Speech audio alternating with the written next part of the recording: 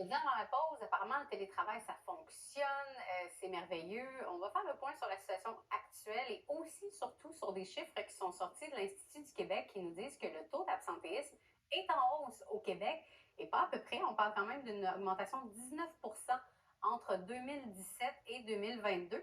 On jase de tout ça avec Annie Boilard, qui est présidente de Réseau Annie RH. Madame Boilard, bonjour.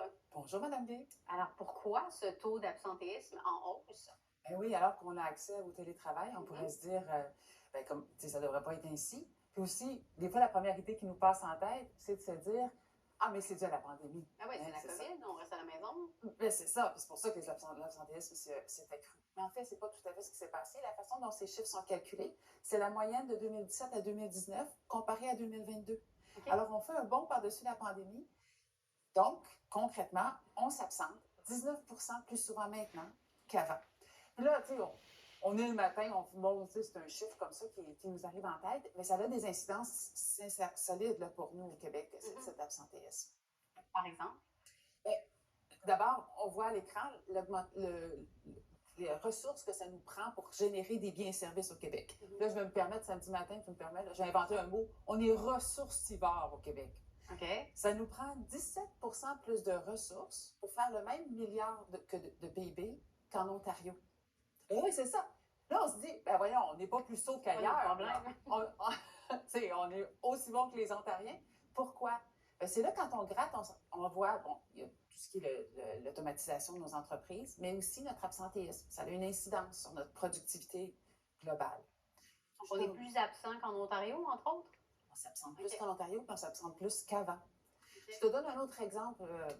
Je vous donne un autre exemple, Madame Guy. Pas de problème. Fred. Dans notre système de la santé actuel, on sait tous l'état de notre système de santé, puis on sait qu'on a des enjeux de main-d'œuvre, d'avoir accès à de la main-d'œuvre.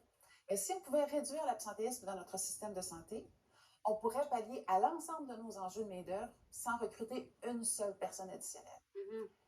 Puis je ne dis pas anéantir l'absentéisme, juste le réduire, ça réglerait notre problème de ressources dans notre système de santé. Mais c'est quoi la cause principale? C'est les problèmes mentaux, c'est l'épuisement, c'est le petit qui a la gastro, puis on dit qu'on est en maladie, dans le fond, c'est le petit qui reste à la maison, c'est quoi? C'est la somme de tout ça. On s'absente pour deux raisons principales. D'abord, pour des enjeux de santé. Puis quand on gratte, puis qu'on va de façon plus granulaire, beaucoup pour des enjeux de santé mentale. Puis on s'absente aussi pour des fins familiales. Puis là, effectivement, notre première pensée, c'est les familles, les parents des jeunes familles. Mais on a aussi au Québec une population vieillissante. Il y a aussi une augmentation des proches aidants qui ont besoin de plus de temps pour veiller à notre population vieillissante. OK. Puis, je me permets une parenthèse. On se dit, tu sais, on vieillit au Québec à une année par année comme les Ontariens. Là. Pourquoi nous, des fois, on dit ça, on a une population qui vieillit plus vite. En fait, comme notre population est à la base plus âgée, c'est pour ça on dit qu'on vieillit plus rapidement. On a plus de personnes qui ont besoin d'aide, de proches aidants. OK, deux questions. En terminant, d'abord et avant tout, est-ce que vous avez parlé de santé mentale, OK, je veux bien. On a aussi cette idée, ce stéréotype que la nouvelle génération veut moins travailler aussi. À quel point ça a un effet? Est-ce que c'est vrai? Est-ce que c'est pas vrai que les jeunes veulent se la couler douce un peu plus? Bon, alors, il y a deux éléments qui se combinent ici. Alors, il y a tout ce qui a trait à ce qu'on a appelé dans la littérature le quiet quitting, donc le désengagement notamment de certaines générations au travail et l'absentéisme. Tout ça, ça cohabite, mais je dirais que ça ne va pas ensemble dans le sens où ces générations-là font leur travail, souvent font le minimum dans le concept de quiet quitting, mais ils ne s'absentent pas. Alors que l'enjeu qui est au cœur de ce que nous sommes en train de discuter, c'est vraiment l'absentéisme. Okay. Ouais. Le premier qu'on met au banc des accusés, là, c'est notre santé mentale. C'est des enjeux de santé mentale, c'est beaucoup relié au stress au travail, à nos habiletés d'adaptation aussi. Le trouble d'adaptation revient fréquemment parce que nos entreprises changent tout le temps. On a toujours un nouveau fournisseur, un nouveau client, un nouveau boss, un nouveau quelque chose. Donc là, il y a des coupures, puis là, finalement, quelqu'un se retrouve avec plus de tâches, etc., etc. Ouais, je comprends que ça s'accumule. Fait que ça crée... On est constamment en train de s'adapter à quelque chose de nouveau. Bien, ça contribue à du stress. Et le télétravail, ça fonctionne ou ça fonctionne pas? Madame chez Cyrano nous disait que ça fonctionnait. C'est sûr que c'est les employés qui ont été questionnés, mais concrètement?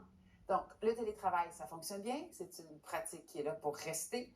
On voit qu'au niveau de la productivité des organisations, les indicateurs sont très positifs. Les entreprises se disent aussi performantes, voire parfois plus performantes avec des employés en télétravail.